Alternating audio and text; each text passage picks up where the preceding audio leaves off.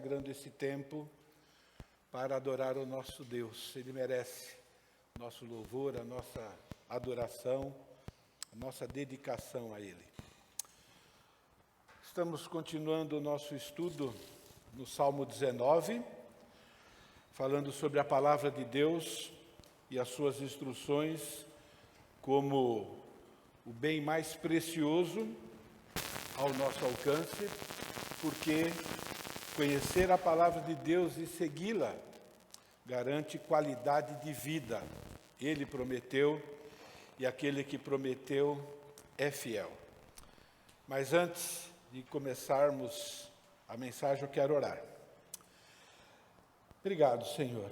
Obrigado por ser o nosso Deus, um Deus todo-poderoso, um Deus que a gente pode contar em qualquer momento da nossa vida, um Deus que tem poder e usa, ó Pai querido, controlando todos os eventos, ó Pai, sabendo e controlando tudo aquilo que acontece na nossa vida, fazendo com que tudo realmente contribua para que sejamos parecidos com Jesus, contribua para que a gente se vê, ó Pai, cada um como realmente é, e juntamente com a Tua Palavra e o poder do Teu Santo Espírito, ó Pai querido, lutar contra as tentações e vencer. Obrigado, ó Pai querido, porque o Senhor também é um Deus de perdão, ó Pai, e mediante arrependimento, ó Pai querido, o Senhor nos restaura, nos coloca de novo, ó Pai querido, na batalha, na qual a vitória é garantida, ó Pai, e a gente te agradece por isso. E também eu quero pedir, ó Pai querido, por esse momento, iluminação do Teu Santo Espírito, ó Pai, coragem para falar aquilo que vem do Senhor. Peço que o Teu Santo Espírito também impeça que eu fale algo que é contra a Tua Palavra, ó Pai querido, e pedimos que o Senhor, ó Pai, nos dê um coração de carne, a mente aberta, humilde, ó Pai querido, para ouvirmos a Tua Palavra. Nos ajude a lembrar, ó Pai querido, que independente da condição em que nós nos encontramos, Jesus morreu em nosso lugar, pagou o preço do nosso pecado, mediante arrependimento, ó Pai, tudo fica certo diante do Senhor, ó Pai, e podemos voltar a desfrutar tanto da comunhão como das Tuas bênçãos. Pedimos essas coisas e agradecemos em nome de Jesus. Amém. Então, nós estamos mostrando pela palavra de Deus, eu acho que está rebelde. Então, vocês me ajudam aí, tá bom? E o desejo de conhecer a lei de Deus e obedecer com contentamento e profunda gratidão é a prova que comprova que o seu relacionamento com Deus é o bem ou o seu bem mais precioso. E a minha pergunta é como é que tem sido essa área na nossa vida, né? Como é que tem sido essa questão da nossa luta em obedecer com contentamento, não é? Sabendo ou reconhecendo que é o melhor, sendo grato a Deus, inclusive por algumas dificuldades que Ele permite que a gente passe. Mas como é que está isso na sua vida? Não é? Começa a avaliar todas as áreas da vida à medida que Deus vai mostrando através das mensagens, através do seu devocional, não é? Quando você estiver orando, não é? Quando Deus te lembra de alguma coisa, quando você se lembra de alguma coisa, pode ter certeza que provavelmente é o Espírito Santo, tá bom? Que está lembrando você de coisas que precisam ser acertadas. Isso não significa que o inimigo não usa essas áreas também. Às vezes é o inimigo te acusando de alguma coisa de maneira injusta. Por quê? Porque você já acertou com Deus e Ele quer derrubar você. Mas avalie a sua vida à luz da palavra de Deus, né? E busque sempre entender que nós precisamos confiar na palavra de Deus como um bem precioso, e aí fica mais fácil obedecer com contentamento, pelo menos contentamento racional. A emoção deixa por conta de Deus, que depois Ele te dá isso também, tá bom? E nós estamos estudando sobre os preceitos do Senhor, que é um dos substantivos que Deus usa para a sua lei. E nós estamos vendo que a lei de Deus fornece preceitos que garantem justiça igual para todos. E é o que todo mundo quer, né? Nós queremos uma sociedade justa para todos, não é? E somente a lei de Deus promove isso. E, consequentemente, somente os países que têm a lei de Deus é que vai ter essa justiça igualitária. E nós estamos aprendendo ou avaliando, né, algumas leis do Antigo Testamento para a gente entender essa justiça e, ao mesmo tempo, para entender o que Deus espera de nós. Então, eu escolhi algumas coisas do Antigo Testamento porque são as lutas mais comuns que nós temos enfrentado, independente da idade, não é? E lembrando, né, nós vivemos num mundo contra Deus. E eu quero que nós observemos como a sociedade está vivendo, a violência da nossa sociedade, as injustiças, para que nós entendamos e tenhamos convicção que tudo isso acontece por quê? Porque a lei de Deus está sendo rejeitada. O mundo odeia a lei de Deus. O mundo segue o Deus desse século. Então é muito importante nós entendermos isso, para que nós possamos, com a sabedoria de Deus, nos envolver naquilo que é possível e aplicar na nossa vida também. Né? À medida que nós tomamos decisões contrárias à palavra de Deus, nós estamos indo a favor da injustiça, vamos sofrer as consequências dentro do nosso lar, no trabalho e assim por diante. Né?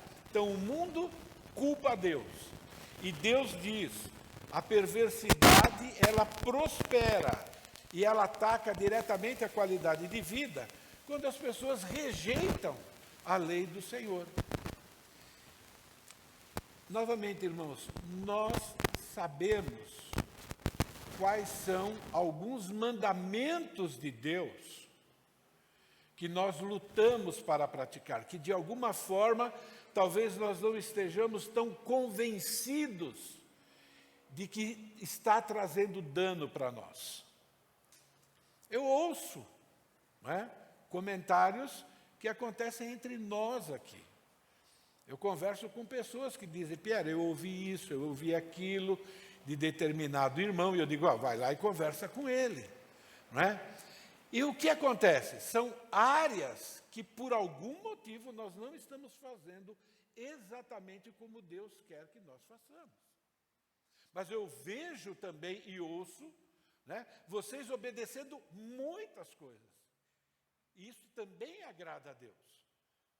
Mas, nessas mensagens, eu quero que vocês prestem atenção nas áreas mais difíceis. Eu não quero que vocês saiam daqui desanimados, mas eu quero que vocês saiam daqui animados em seguir os mandamentos do Senhor, porque vai garantir qualidade de vida. Não é? É interessante esse texto, né, que ele afirma que os preceitos do Senhor produzem alegria ao coração. É muito importante que nós entendamos que alegria, contentamento, sentimentos bons, sentimentos saudáveis, é um presente que Deus dá. Eu não estou falando dessa alegria temporária que a gente consegue baseado em determinadas circunstâncias que o mundo também oferece. Né? Temporariamente se esquece do que está passando por 2 ou 3 horas e você está feliz, tal. Depois você volta à realidade e está lá, né? Perde sono, continua lutando, continua desanimado, brigando com todo mundo, né? Preocupado e ansioso. Então, Deus prometeu uma qualidade de vida emocional para as pessoas que confiam nos mandamentos dele. Eu fui fazer uma pequena pesquisa, né, e algumas doenças psicológicas, e de novo, irmãos, a psiquiatria taxou algumas coisas como enfermidade, tá bom? Nós sabemos que a palavra de Deus é suficiente para lidar com todas as áreas emocionais, ok, da nossa vida. Por outro lado, é interessante, né, porque eles fazem pesquisas, eles criam diagnósticos para problemas reais, só que eles não têm a solução. A Bíblia tem, não é? E eu alistei aqui algumas doenças psicológicas, então é doença entre aspas, tá bom? Você pode tomar remédio à vontade e não vai curar, porque a cura é o relacionamento com Deus e seguir a sua palavra. Mas eu listei aqui algumas doenças psicológicas associadas à tristeza, ou outros sentimentos negativos, que é o oposto de alegria. Então, síndrome do pânico, todo mundo já ouviu falar, é algo já comum, causada pelo quê? Pelo medo, pela ansiedade, pela preocupação do dia de amanhã, pelo sentimento de angústia, por algum pecado cometido, né? E fica aquele... Porque Deus colocou no coração do ser humano o peso do pecado, não é? Aí vem medo, vem terror, e isso persiste. E a pessoa fica paralisada, aí ele tem uma série de problemas físicos reais. Por quê? Porque não tem a lei do Senhor como sua regra de fé e prática. Transtorno de ansiedade, segundo eles, causado pelo sentimento de preocupação, sentimentos de angústia e agonia, que são comuns diante de situações de estresse ou incerteza. Eu não estou dizendo que o cristão não tem ansiedade, porque tem, tanto que a Bíblia diz e nos ensina a respeito disso, não é? Mas o cristão sabe como lidar e nunca vai virar um transtorno. Simplesmente é uma experiência com Deus, na qual, ao seguir as instruções de Deus, você vai amadurecer e aprender a lidar com aquilo. Mas quando a pessoa não consegue lidar, é porque está longe, né, dos mandamentos do Senhor. Esse TPB, transtorno de personalidade Borderline, segundo eles, é a marca da impulsividade, irritação diante de respostas negativas. Isso é, as coisas acontecem do jeito que você não quer que aconteça, e aí você tem que lidar com essa irritação. Cristão não tem isso? Então eu não sou cristão. Eu tenho, mas a questão é, como é que isso virou um transtorno, virou algo fora do controle? Perde-se o controle quando a pessoa não segue as instruções de Deus. Isso cresce, não é? E a gente não obtém vitória quando a gente não segue as instruções de Deus. Mas para quem segue, sabe lidar com isso, porque isso é uma tentação, como qualquer outra área. E ele diz, né?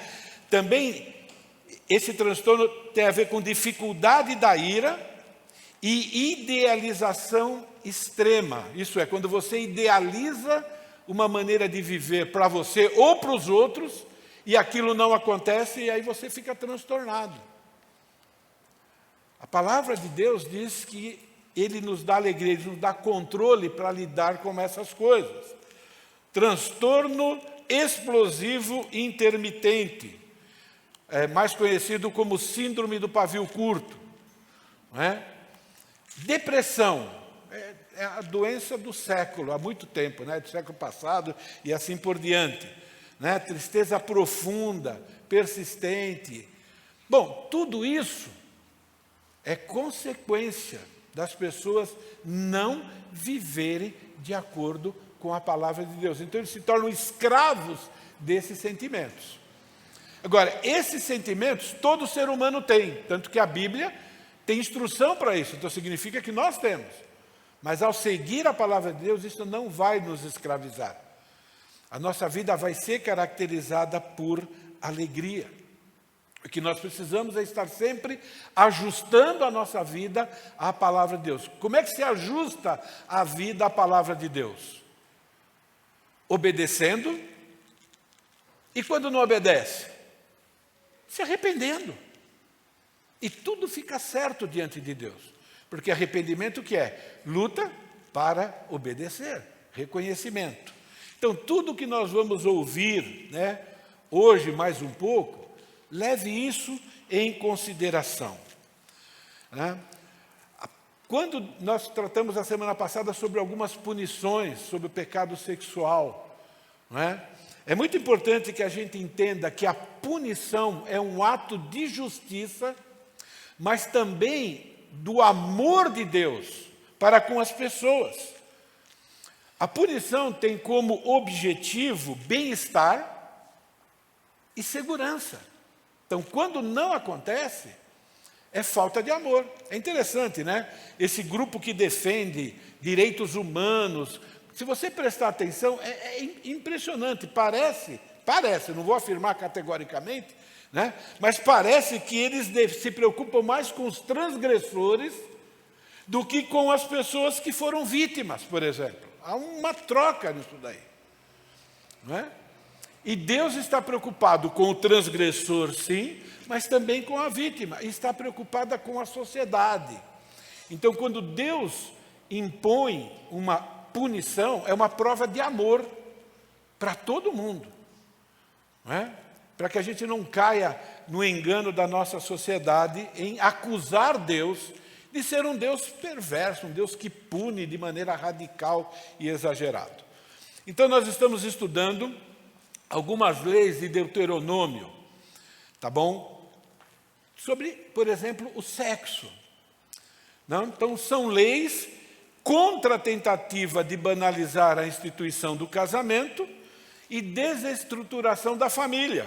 Ou, em outras palavras, são leis que defendem o casamento e, consequentemente, defendem a família. E quando a família vai bem, a sociedade vai bem. E nós vimos que os preceitos do Senhor afirmam que falso testemunho tem que ser rigorosamente punido. O cara vai tomar, ou quem falou, vai tomar chibatada nas costas e ainda vai pagar uma multa, tá bom? Mas também mostra que o sexo fora do casamento merece pena de morte, o que para nós hoje parece um ato maluco de Deus, não é? E por que eu voltei aqui rapidinho? Tá bom? Me perguntaram a respeito dessa questão da prova de virgindade. E eu não quero voltar nesse tema, mas eu quero lembrar de algo que deve acompanhar tudo que nós ouvimos de instrução de Deus para nós. Toda vez que nós lermos a palavra de Deus, tá bom? Nós temos que nos lembrar que Deus é soberano, que Deus controla todas as coisas, que Deus controla, inclusive, o nosso corpo e reações do nosso corpo. Uma das provas de que Jesus é Deus, e Ele precisou dar essas provas quando Ele esteve aqui na terra, foi a cura de enfermidades. Quando Ele cura uma enfermidade, Ele está dizendo que Ele tem poder sobre o quê? Sobre cada célula. Sobre o seu corpo. Ele tem controle absoluto sobre isso. Então, é muito importante que nós entendamos isso. Então, né, a medicina afirma, e eu não sou contra a medicina, não estou dizendo que isso não acontece hoje, não sou ninguém para afirmar isso, mas ela afirma, por exemplo, que a ruptura do ímen pode não ocorrer quando ele é muito fino ou quando ele é complacente. E eu digo, naquela cultura, cuidado com o que eu estou dizendo, isso é, naquela época em que aquele povo estava debaixo da lei de Deus, e Deus diz que a prova de virgindade é o sangramento, na soberania dele, naquela época, todas as mulheres virgens iriam sangrar ao perder a sua virgindade, porque ele disse, se não for assim, Deus estaria colocando uma lei injusta, porque ia punir alguém que tem o ímen fino ou complacente. Estou falando alguma bobagem? Porque é uma lei clara. Então, a lei do Senhor, ela é perfeita, ela se aplica. Agora, se no decorrer do tempo, já se passaram, né, dessa lei um bom tempo, né, vamos dizer assim, houve uma mudança no corpo da mulher, eu não vou entrar nesse mérito, de jeito nenhum. E não é isso que eu estou falando. Estou falando de algo que é real tanto no Antigo Testamento como no Novo Testamento, que é o quê? a importância de entender que a área sexual é extremamente importante para Deus, para a família e para a sociedade. Graças a Deus que Jesus morreu na cruz em nosso lugar, mas ainda continua sendo extremamente importante, digno de honra entre todos o matrimônio. E agora a nossa sociedade diz o que a respeito do casamento? Não é mais honrado. Ataque direto à família. E no mesmo texto, Novo Testamento, bem como o leito sem mácula. Então Deus ainda valoriza a virgindade masculina e feminina da mesma forma que era no passado, porque nosso Deus não muda. E precisamos treinar os nossos filhos nessa geração em que vive, né, que ainda tem a oportunidade de chegar no leito sem mácula. Vamos ensiná-los. Vamos praticar isso, a gente vai falar um pouco mais disso, entre os casados. Porque você pode macular o seu leito como casado, através do adultério. Né? Os jovens que cheguem lá dessa maneira. Se perdeu, volta para Gênesis. Volta para 1 João, desculpe, peça perdão, faça um compromisso. Mas entenda, todo pecado tem uma consequência. A gente vai levar essa consequência para o casamento. Então, quanto mais a gente evitar, melhor vai ser para todos, tá bom? Então, é muito importante que nós entendamos isso. Então, qual é o princípio aqui? Deus é soberano. Quando você segue as instruções de Deus, Ele garante as bênçãos. Por exemplo, quais são as instruções de Deus em relação ao pecado? Ele diz lá arrependimento e como se pede perdão. E nós temos na palavra de Deus como é que se pede perdão. Né? Pedir perdão é concordar com. Então, existe uma regra de Deus, preceitos de Deus, do pedido de perdão bíblico e do pedido de perdão não bíblico. Se você segue aquela regra do pedido de perdão como Deus manda, você reconhece qual é o pecado, você fala o pecado para Deus e para a pessoa.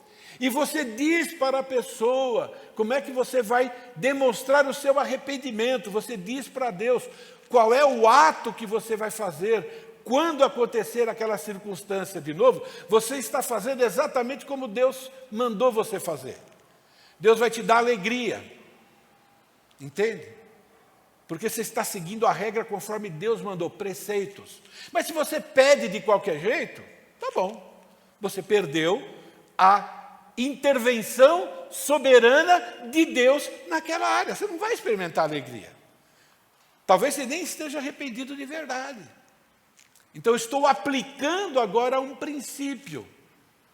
Quando Deus ordena algo, faça como Deus ordena, Ele garante o resultado. Do mesmo jeito que Ele garantia lá no Antigo Testamento para o povo de Israel, para quem queria obedecer, tá bom? Que aquilo seria a prova de virgindade, Ele vai cumprir na sua vida, né, alegria mediante verdadeiro arrependimento e vencer aquele pecado. Outra área que eu quero lembrar vocês.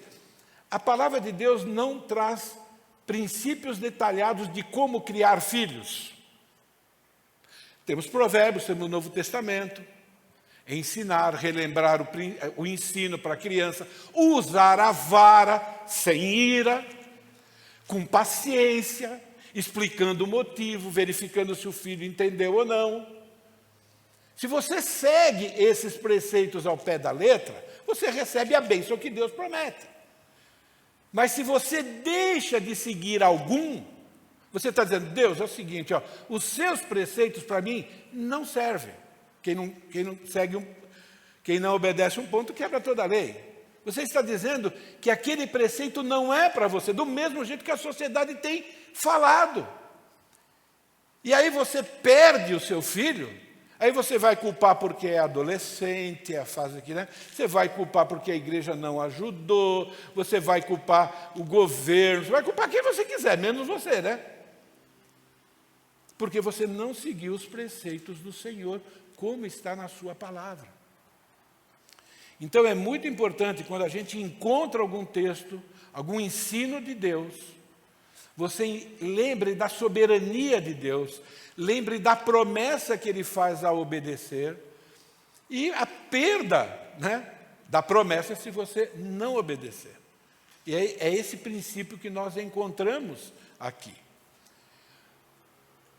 Nós vimos também que o preceito do Senhor afirma que sexo entre solteiros, não confessado e tratado biblicamente, Deus diz que é prostituição, merece pena de morte. É um crime tão grave quanto assassinato. Você tem que ter isso na mente. Não, de novo, não estou pregando a favor da pena de morte, não quero entrar nessa área. Mas nós cristãos temos que entender que é algo muito grave. Por quê? Porque a sociedade tem pregado um sexo livre, um sexo irresponsável. Isso tem entrado na mente de todos nós. Não é só dos jovens, não. Todos nós. Né? Tem coisas que a gente vê na televisão, assim, um crime horrendo, e a gente fica todo revoltado por dentro. Não é? Quando você vê algo assim. Quando você ouve alguma coisa assim sobre sexo, você já não tem mais o mesmo efeito. Você já não fica horrorizado. O que significa isso? Significa que a gente já entrou, né, naquela água, né, que está o fogo lá, e a gente já está sendo, né, cozido por aquilo. Não é mais grave aquilo. Então nós temos que cultivar isso na mente. É algo grave. Que Deus nos ajude, que a gente possa ajudar outras pessoas. Tá bom? E hoje eu quero falar sobre isso. O preceito do Senhor afirma que a traição sexual, o adultério, é prostituição e um crime tão grave quanto assassinato. Quando você ouve o noticiário, você percebe quantos crimes acontecem porque a esposa se divorciou do marido, ou o marido se divorciou da esposa, e ele não consegue aceitar aquilo, e aí vai, persegue e acaba matando, por exemplo, o cônjuge. Vocês percebem, se vocês olharem, ouvirem esses noticiários que são ruins, né? Talvez valha a pena mais uma vez você separar um tempinho. Você vai ver quantos crimes estão associados ao adultério, ao fim de um relacionamento. Agora, gente, eu não estou defendendo que essa pessoa que foi lá e matou o cônjuge, porque está errado ele, mas estou dizendo, você entende como a nossa sociedade se torna mais violenta quando essa área sexual, ela é extremamente importante. É que nós não imaginamos os malefícios, mas Deus, sabendo disso, é que nos deu a sua lei. Se um homem for achado, note esse se, essa condicional, tá bom? Se for achado, deitado com uma mulher que tem marido, ambos morrerão. O homem que se deitou com a mulher e a mulher, assim eliminará o mal na nação. Se houver moça virgem desposada, você já sabe que eu sou contra namoro, porque a Bíblia é contra namoro. Porque o que é o namoro na nossa sociedade? É algo sem compromisso. Não é verdade? Tanto que depois do namoro se coloca o noivado. Aí a pessoa entende que tem um compromisso. Mas namoro, na sociedade, não tem compromisso nenhum. Então, é um relacionamento que não existe na palavra de Deus. Para mim, é pecado. Nem todo mundo concorda, eu não vou entrar nesse mérito. Tá bom? Tem gente que não acha que é pecado, tá bom, não precisa achar. Né? Ok? Mas está dizendo aqui, ó, uma moça virgem desposada. Então, naquele contexto, as pessoas tinham um compromisso de casamento antes do casamento. Agora, a cultura mostra que isso era feito até quando a pessoa era criança. Não quero entrar nesse mérito, mas é bem melhor do que namoro. Não vou nem discutir o assunto, ok? Mas se houver uma moça virgem desposada, um homem a achar na cidade e se deitar com ela, então ambos Trarei ambos à porta daquela cidade e os apedrejareis até que morram. Isso é, até uma pessoa noiva, com compromisso com uma pessoa, e se deitou com outra pessoa, é considerado adultério, porque é um compromisso como se fosse casada. E ele coloca aqui na cidade, ele está colocando num contexto, não é? Ele diz, porque não gritou na cidade, então a mulher vai ser apedrejada porque não gritou. Então está dizendo aqui, ó, Deus está colocando, mostrando quando acontece o sexo conivente, tá bom? É uma maneira de Deus dizer, olha, ele não está tratando de estupro aqui. Então, olha, você é noivo ou noiva, se deitou com quem não deveria se deitar, é a mesma coisa que você ter se deitado com um casado ou uma casada. Tá bom? Porque humilhou a mulher do seu próximo, ela tem um compromisso. Então, né? E assim eliminarás o mal no meio de ti. Então é muito importante, primeiro, esse termo se for achado. Deixa eu dizer uma coisa para vocês, irmãos.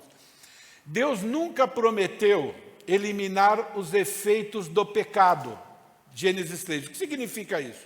Deus não garante que toda injustiça irá ser pego. Não garante que uma pessoa ao roubar um banco, né, ele vai ser pego roubando um banco. Ao acontecer uma traição, Deus não prometeu isso. Por quê? Porque a gente vive, né, no pecado e temos que entender os efeitos do pecado. Mas Deus, na sua soberania, sempre vai fazer com que casos sejam ou se tornem conhecidos. Ele é que faz isso. Por isso que uma vez, quando eu ensinei no Dia dos Pais aqui, né, orações em relação aos filhos, eu digo, orem para que os seus filhos sejam pegos na primeira vez que eles cometerem algum delito. Isso é uma bênção, porque quando ele é pego, você pode tratar, você já sabe qual é o defeito que veio de fabricação, entende? E você começa a ajudá-lo biblicamente. Mas se você não pega ou não é pego, o que acontece quando a pessoa não é punida exemplarmente? Ele vai achar que ele pode fazer aquilo e muito mais. Então, se for achado, Deus agora coloca a lei, né? Quem pegou é responsável pelo bem-estar da comunidade. Foi pego lá os dois e agora a punição é essa.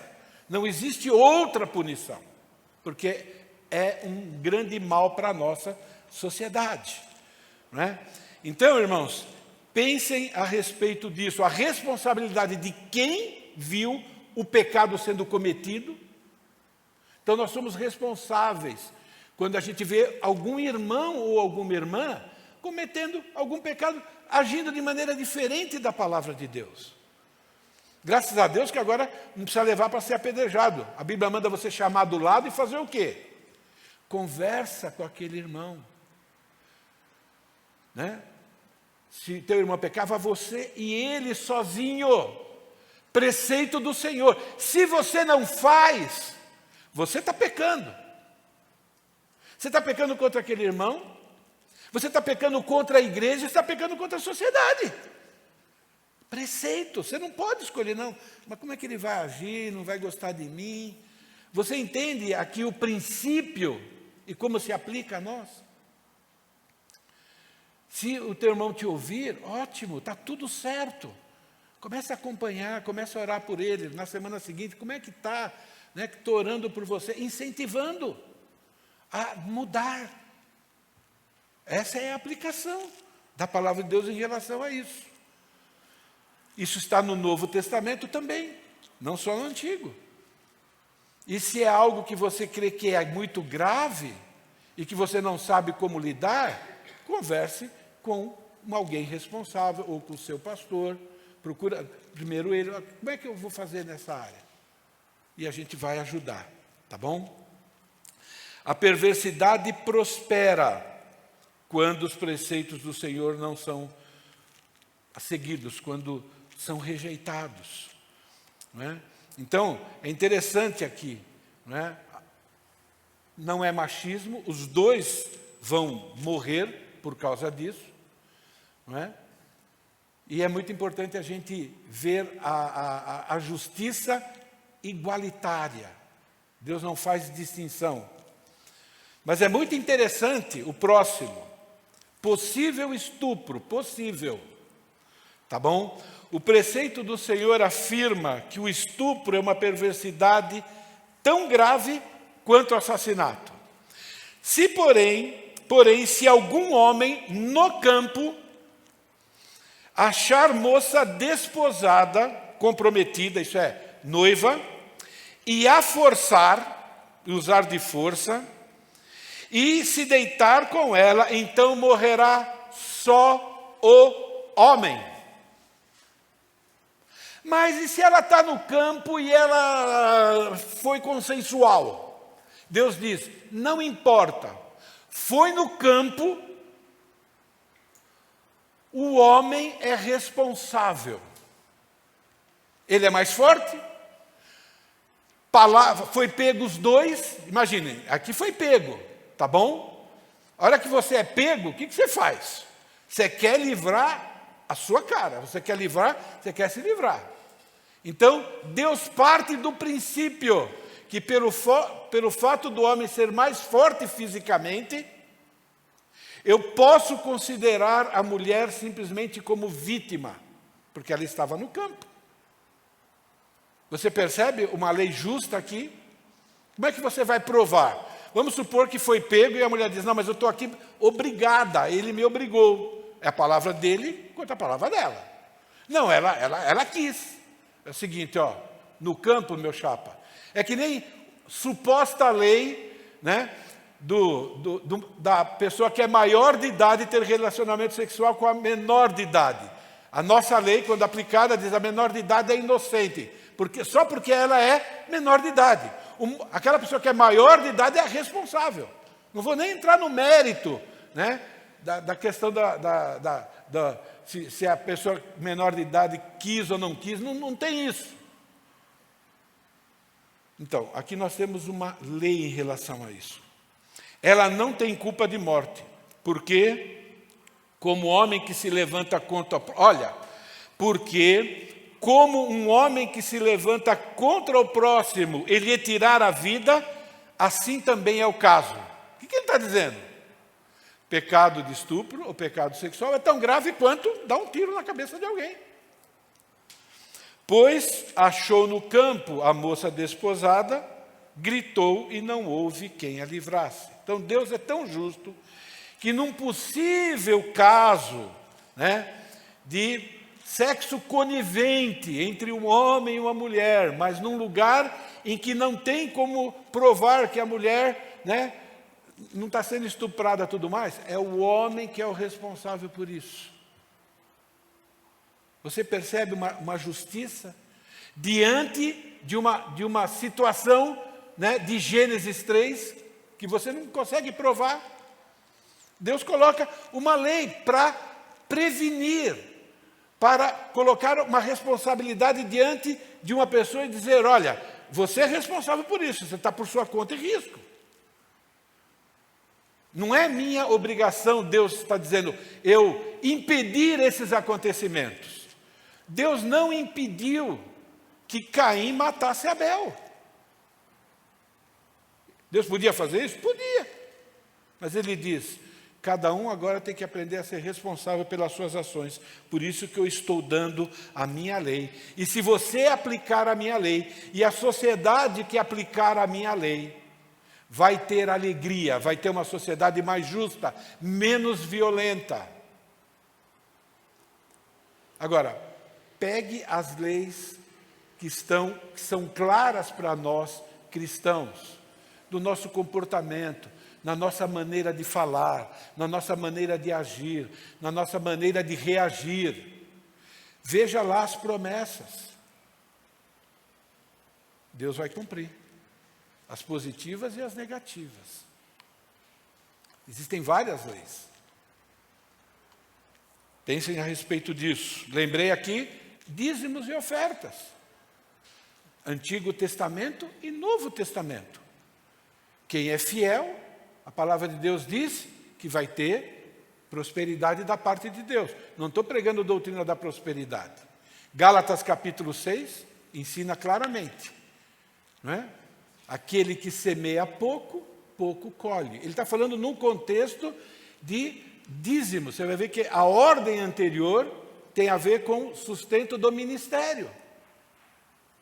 O Novo Testamento confirma o Antigo Testamento. É promessa de bênção e promessa de maldição. Não tem como fugir. Isso é extremamente importante. E nós temos diante, e graças ao Senhor Jesus, o perdão, a restauração e a mudança de comportamento que Deus espera de cada um de nós.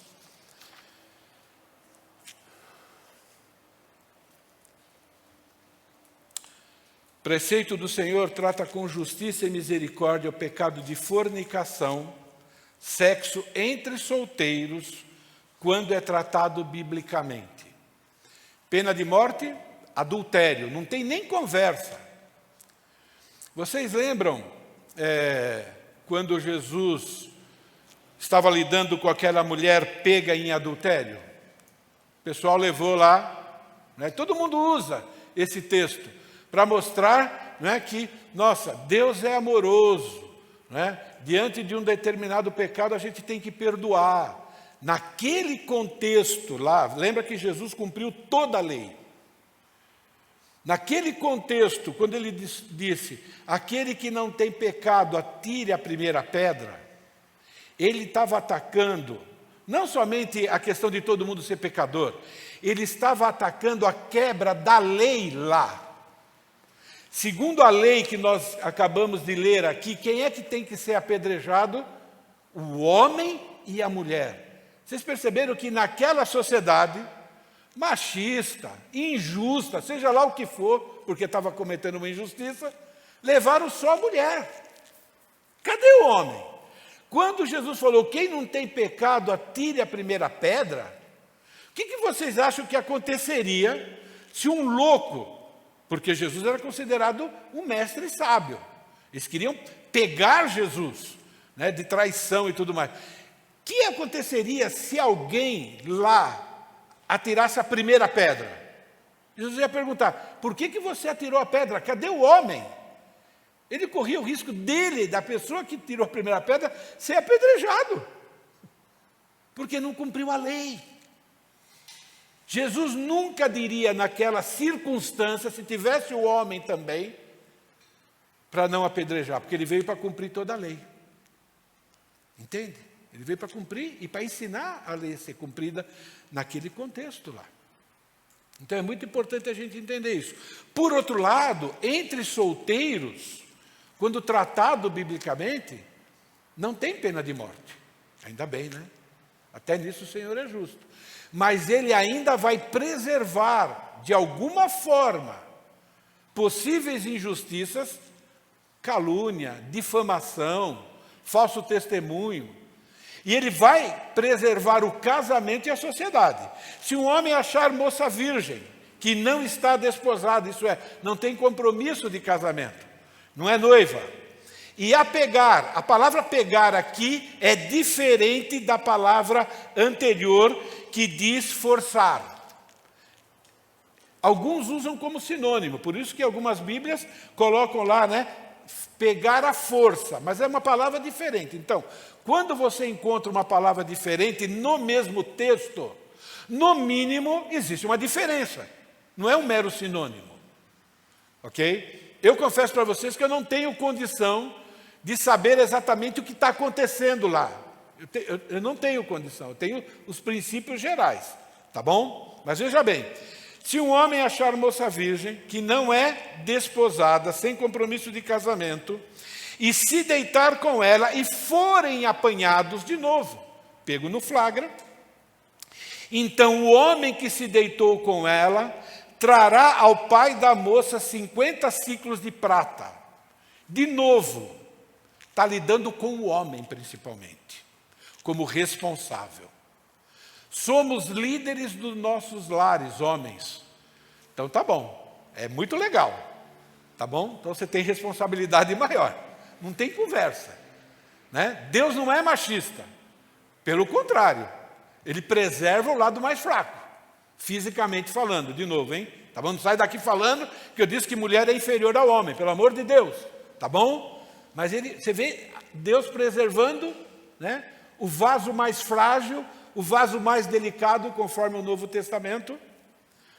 Então o homem que se deitou trará ao pai da moça 50 siclos de prata, uma vez que a humilhou, lhe será por mulher e não poderá mandá-la embora durante a sua vida.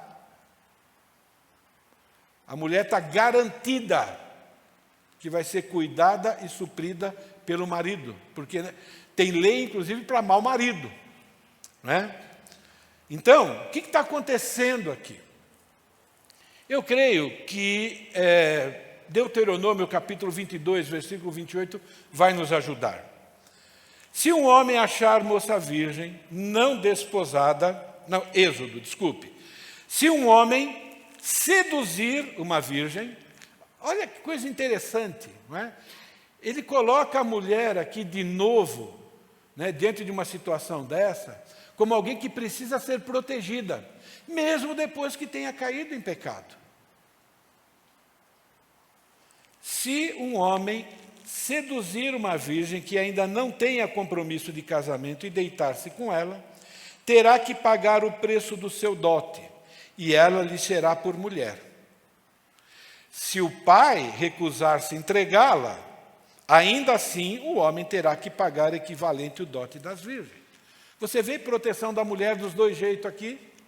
Se o pai concordar, tem que casar. Aí eu olho para minha filha assim, né? Filhinha, caiu, né? Eu sei, a vida é assim mesmo, você foi pega, tá bom? Mas aquele cara lá, é um vagabundo, não vai você vai ficar solteira. Eu não vou te entregar para alguém que vai cuidar de você de maneira pior do que eu cuido. Tem que ser no mínimo igual a mim. Você vê Deus e justiça aqui. Por outro lado, o pai pode dizer, bom filho, é o seguinte, ó, você entrou nessa, ok? Agora você corre o risco de ter que ficar solteira o resto da vida. Nem sei se isso vai resultar em gravidez ou não, porque foi pego lá no Fraga, né? Bom, agora você precisa aprender a sofrer as consequências da sua decisão. Você vai casar com ele. E não tem conversa. Então, Deus agora, o pai agora vai ter que conversar com Deus a respeito disso. A mulher não tem opinião sobre isso, não tem essa liberdade. Ah, mas que Deus... Não, Deus está cuidando de você. Ou você acredita na soberania de Deus, diante dos efeitos de Gênesis 3, de que Ele está dando a melhor solução para a sua vida, ou você não acredita na lei de Deus, não tem jeito. Mas e se for estupro? Bom, não está dizendo, porque tem gente que está dizendo aqui que Deus aqui está liberando, né? Está minimizando. Irmãos, Deus nunca prometeu eliminar os efeitos de Gênesis 3. Nunca prometeu. Nós vamos sofrer os efeitos, ok? Mas Ele está dando soluções que Ele, Deus, na sua soberania, que conhece o coração do ser humano, que sabe os efeitos que cada pecado causa na família e na sociedade. Ele está dizendo, olha, isso aqui é o melhor. Não significa, o melhor é não pecar, mas já que você pecou, agora, isso aqui é o melhor nessa situação. E temos que confiar.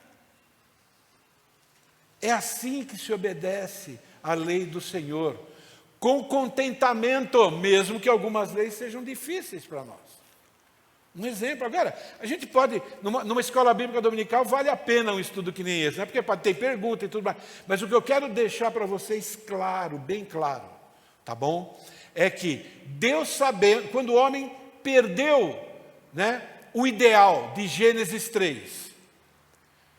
O salário do pecado continua sendo a morte, isso é, vai acontecer injustiças, nem todas as injustiças podem ser consertadas 100%, mas Deus colocou leis para que a sociedade e a família e o indivíduo sofra o mínimo, baseado em Gênesis 3. O que nós precisamos é fazer o quê?